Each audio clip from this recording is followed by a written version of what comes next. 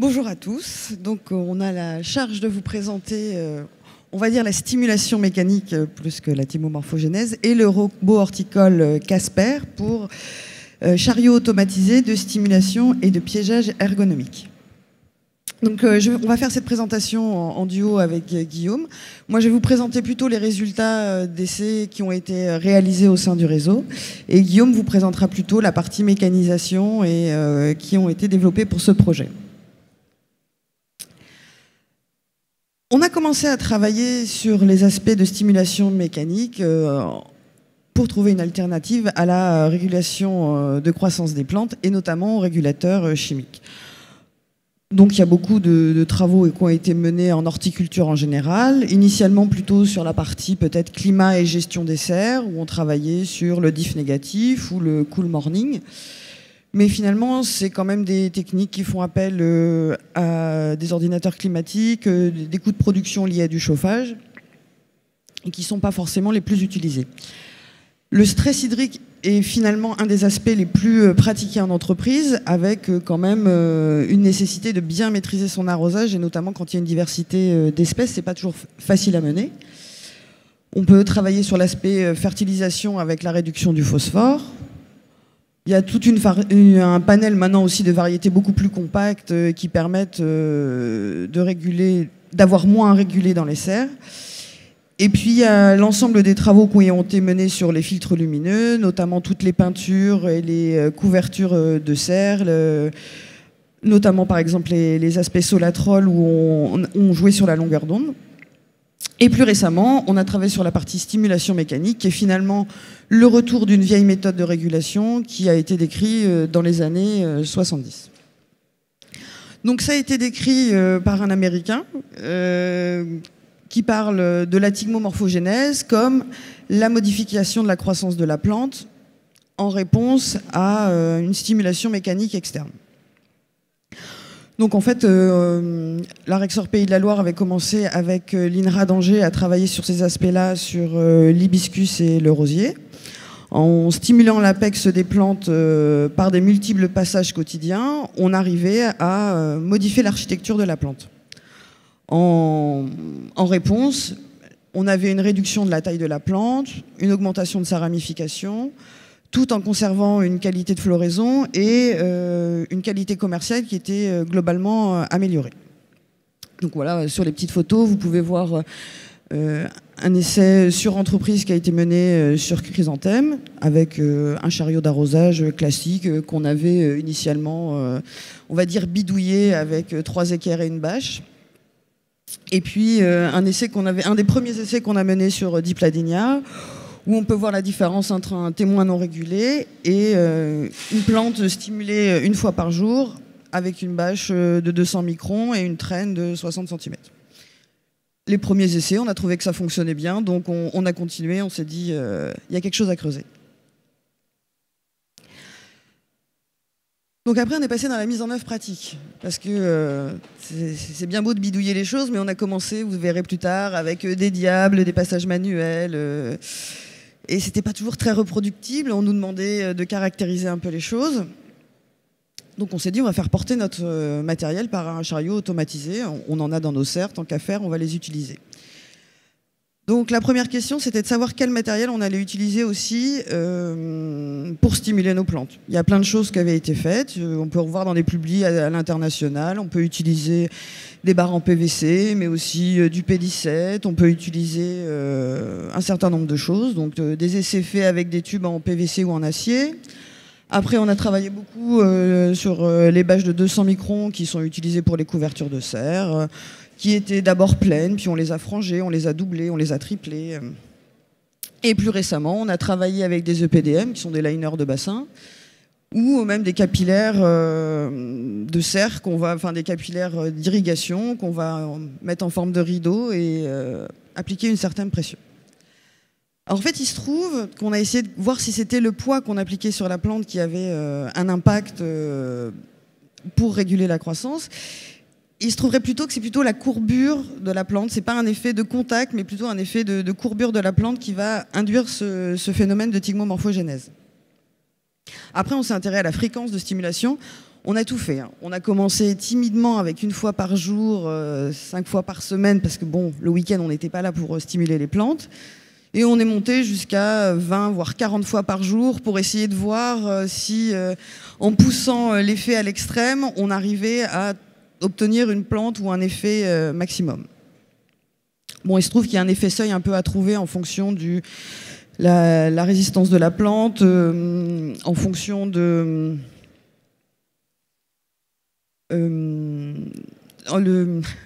alors, un effet fréquence à trouver un petit peu en fonction de ce qu'on veut obtenir. Après, on peut très bien passer 3 fois et ça fonctionne très bien. On peut passer 20 fois, mais là, on va voir qu'on est plutôt sur des usages où on veut aussi déloger les insectes. Si on veut vraiment un effet de stimulation, 3 fois par jour, ça peut être un compromis très intéressant. Et puis après, il y a le temps de réponse. C'est quand même pas un effet immédiat. Le temps que la plante modifie son architecture, on est quand même sur des stimulations qu'il faut réaliser pendant plusieurs semaines. En général, il faut environ 1 mois pour avoir une réponse. Donc j'ai repris des tableaux ici présentés des résultats de la STEP Bretagne sur 2017 et 2018 pour montrer qu'on avait une large gamme de plantes qui ont été testées. Il y a eu des essais aussi bien sur des plantes de pépinière, des plantes ornementales, des plantes au printemps, à l'automne. On a un effet qui est assez variable sur la réduction de la hauteur de la plante. Globalement, il y a des espèces qui n'y sont pas trop réceptives, mais ça dépend aussi beaucoup de la variété. Comme on parlait, s'il y a des variétés qui sont déjà compactes, on n'a pas forcément un effet plus important. Et puis, ça peut aller jusqu'à 25% de réduction de hauteur si on a des plantes qui sont déjà bien vigoureuses. L'effet sur la ramification, il va être aussi assez variable. Il y a des plantes qui vont bien...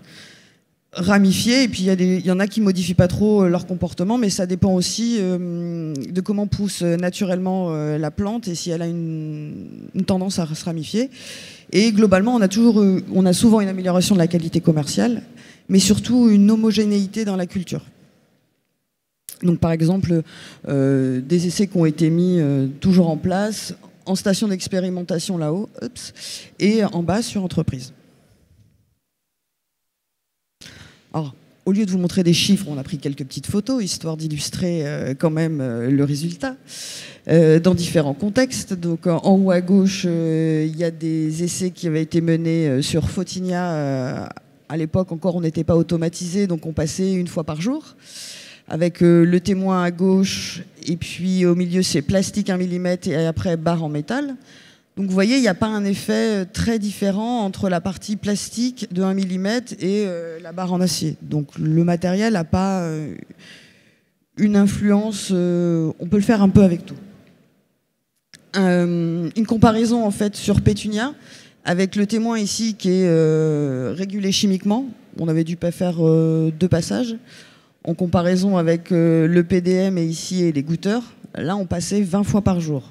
Alors, avec un effet très compact et toujours une belle floraison, pas forcément de dégâts sur les fleurs. Là, sur Perovskia, on avait comparé vraiment la partie fréquence, 3 fois par jour, 5 fois par jour, 10 fois par jour. On remarque quand même que la plante elle a tendance à bien se redresser, les axes à devenir bien plus verticaux, et on a une augmentation de la ramification sur cette plante de 25% à peu près. Et puis ici, des résultats sur chrysanthème à la Rexor Pays de la Loire menés dans le cadre du programme Défi XP, avec une comparaison régulateur, EPDM et capillaire 4 fois par jour. Donc globalement, c'est une méthode on ne prend pas beaucoup de risques à réaliser de la régulation par stimulation mécanique. On a toujours une augmentation, au moins un effet égal, voire un meilleur effet commercial. Et sur la qualité, elle est toujours améliorée. Après, d'un point de vue production, on fait quand même des économies en nombre de régulateurs de croissance. C'est ça qu'on cherche aussi. Globalement, il a été mesuré en fonction des cultures qu'on avait un gain de 2 à 4 passages de régulateurs de croissance. Et si on fait un petit calcul économique, par exemple sur chrysanthème, on fait une économie de l'ordre de 2 000 € l'hectare, si on prend en compte le régulateur de croissance et la main-d'œuvre d'application. Alors, on a essayé aussi de voir si la stimulation mécanique, on a regardé essentiellement au début ce qu'elle a l'impact sur l'architecture, la hauteur, et on se demandait aussi si ça avait un effet sur l'enracinement. Parce qu'en fait, les producteurs au début se disent, mais je vais mettre ma bouture, mais je vais attendre que ça racine avant de lancer la stimulation mécanique, j'ai peur que ça arrache tout. Globalement, nous, on l'a fait juste après sur Dipladenia. On a posé les mottes, on l'a mis sur la stimulation, le Dipladenia n'a pas bougé. Mais on a un effet équivalent en termes d'enracinement, on n'a pas d'amélioration plus que ça de l'enracinement, alors qu'on pouvait s'attendre avec la plante qui s'est stimulée à un enracinement meilleur. On ne l'a pas montré sur cette espèce. Il y a plus d'effet finalement de l'exposition et du régime hydrique sur l'enracinement que vraiment de la stimulation. Bon, l'effet sur l'architecture sur cette plante-là, on voit finalement que sur un témoin reculé quand même 5 fois, on arrive à avoir un effet équivalent en termes de hauteur là, sur 2 variétés de Dipladenia, quelle que soit la modalité. Et là, on était passé, parce qu'on cherchait aussi à déloger les ravageurs, 40 fois par jour. 40 fois, on commence à avoir un peu de dégâts sur fleurs.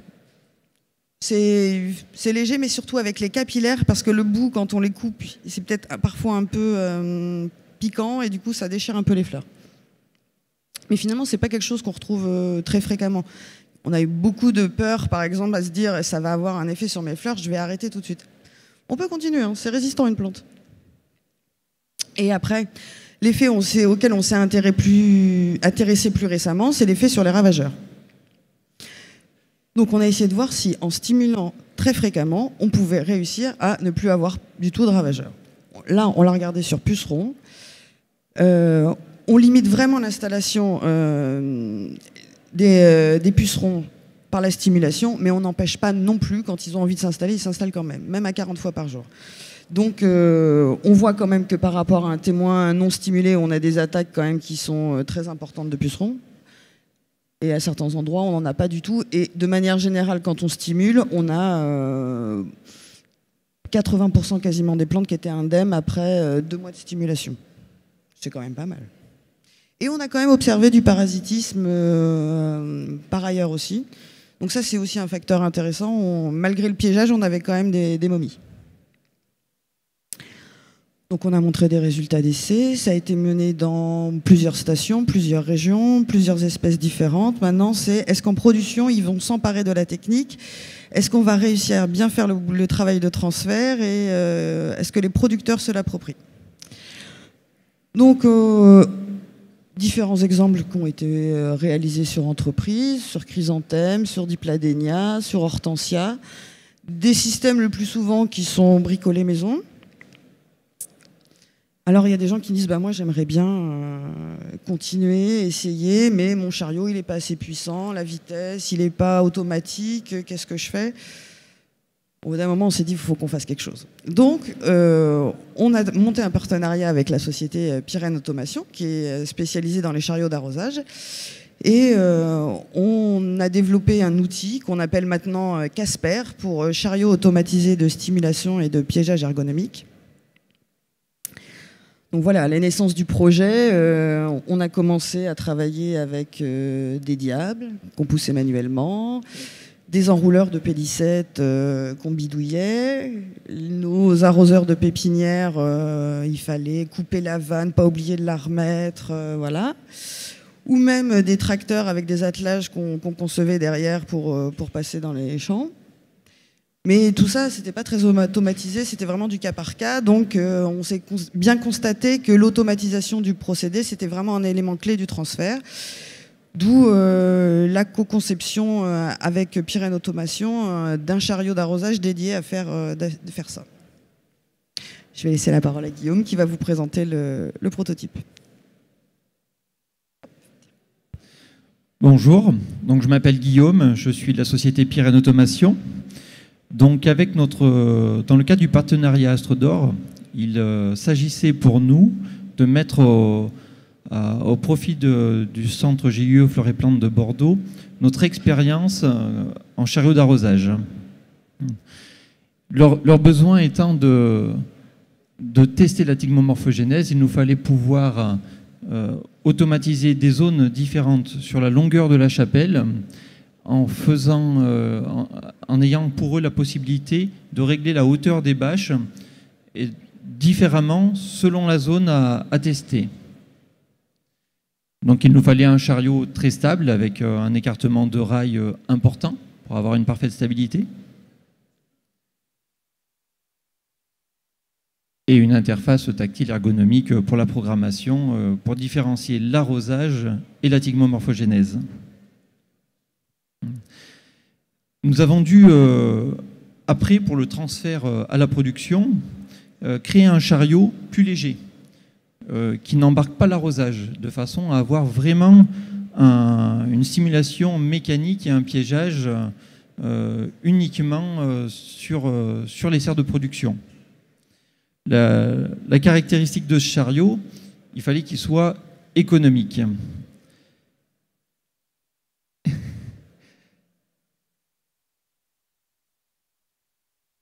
Alors, nous, Pyrène Automation, nous travaillons sur un chariot qui serait un petit peu le couteau suisse du producteur, de l'horticulteur ou du producteur plant maraîcher.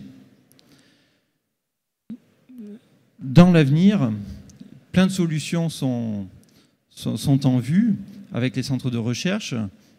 Donc, nous avons mis au point des systèmes de chariots avec tailleuse embarquée, par exemple, couplé à un aspirateur broyeur de végétal pour récupérer le végétal et le retraiter à part. Donc le système de piégeage couplé au système Casper. Il y a les systèmes d'arrosage on ne le voit pas très bien peut-être sur la diapo. Il y a des systèmes de cannes d'arrosage pour arroser directement dans les pots, système d'arrosage au pot à pot. Les systèmes de dosatron embarqués que vous connaissez sûrement. Là, on voit aussi, on voit peut-être mieux les cannes sur cette diapo-là.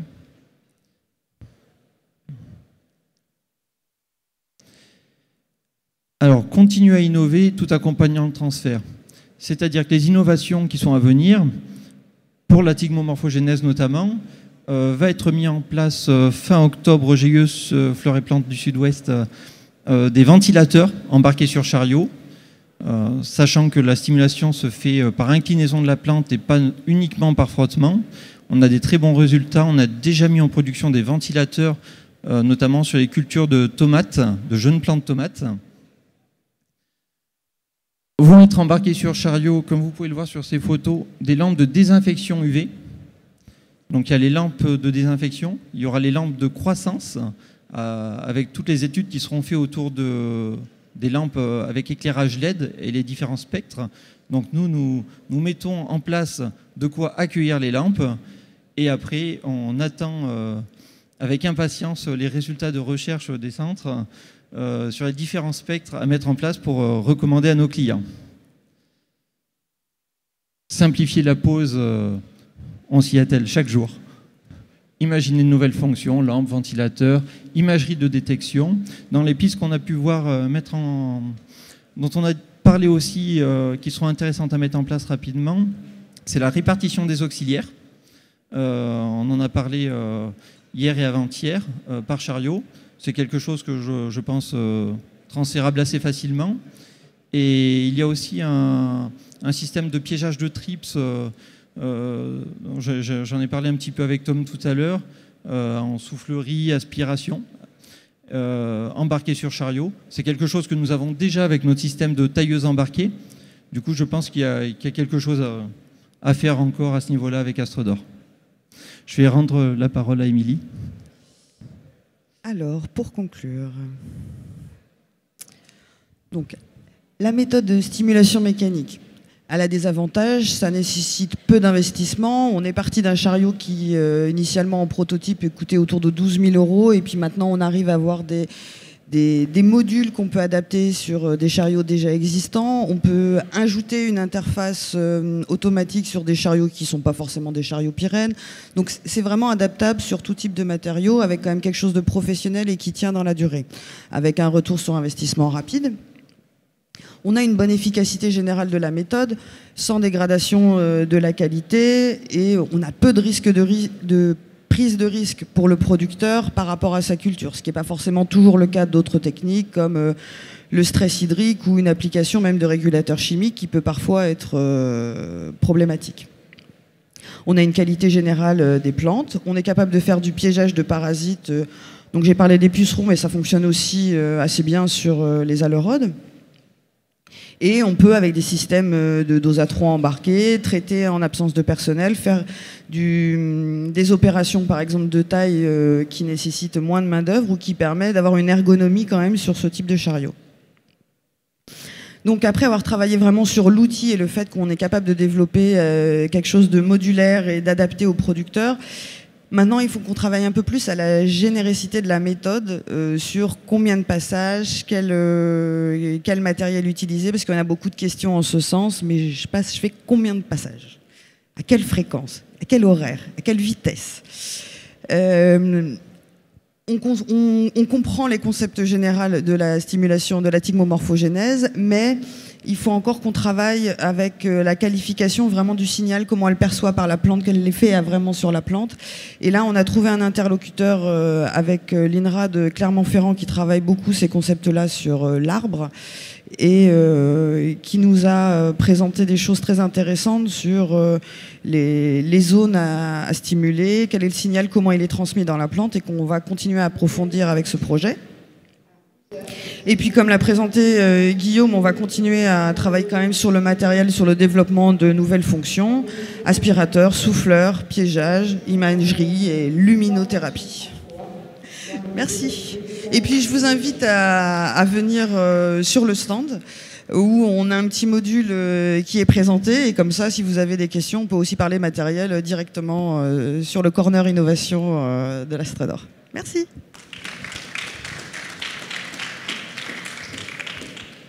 « 10 minutes de questions. C'est très dynamique. Et c'est lancé.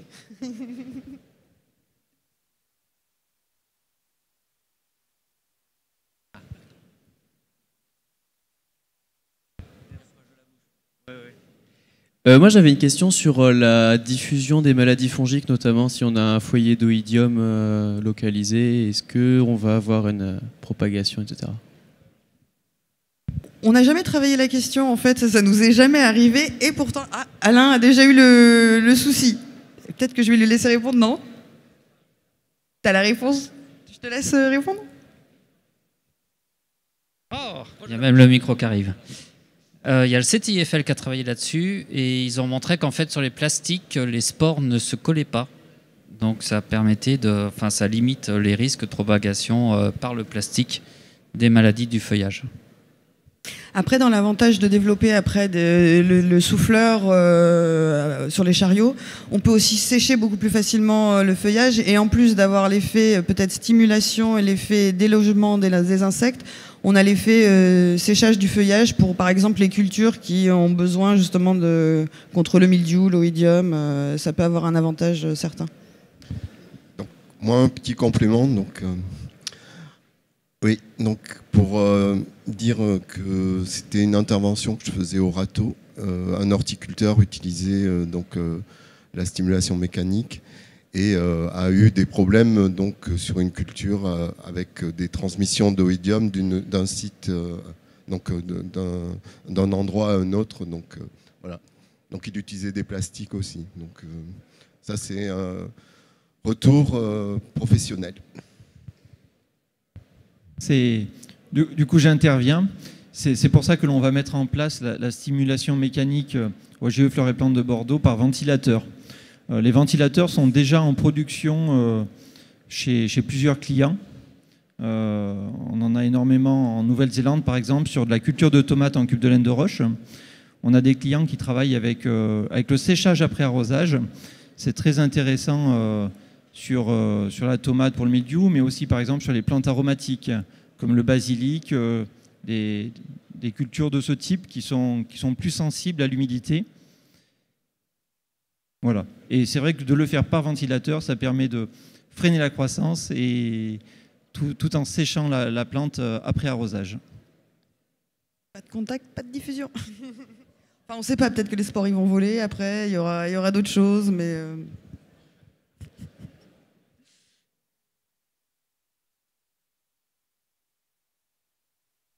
Pas d'autres questions? Si.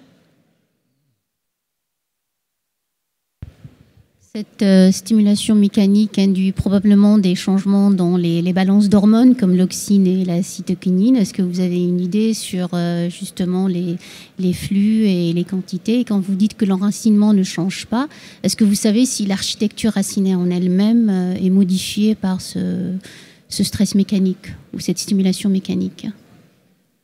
On n'a pas été pour l'instant, nous, jusqu'à ce niveau de précision-là. On a commencé du coup à en discuter avec l'INRA de Clermont-Ferrand qui ont fait des études où, par exemple, ils montraient que si il y avait une différence, par exemple, sur les arbres, sur l'enracinement, sur la stimulation, si l'arbre il était aubané ou pas. Si l'arbre il est aubané et qu'il y a une forte stimulation par le vent, il n'y a pas d'effet sur l'enracinement. Par contre, s'il n'y a pas d'aubanage sur l'arbre, et ben, du coup, il va y avoir un enracinement plus important parce que justement, il développe ses racines pour améliorer son ancrage. Et donc il y a plusieurs facteurs qui peuvent jouer là-dessus. Aujourd'hui, on n'a pas fait ces études-là. Peut-être qu'on travaillera justement sur une espèce type à mieux comprendre.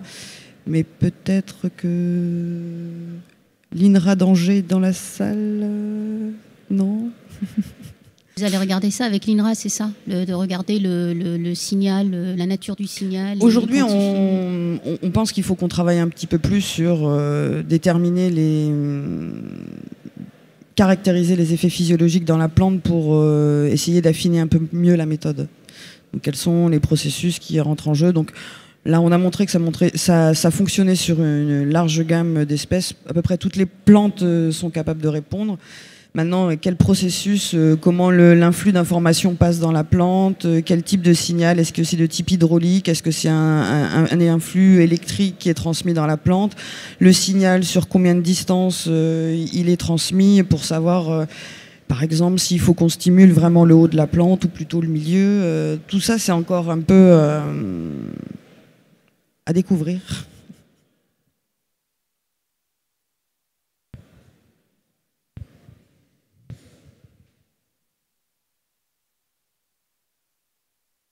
Dernière question.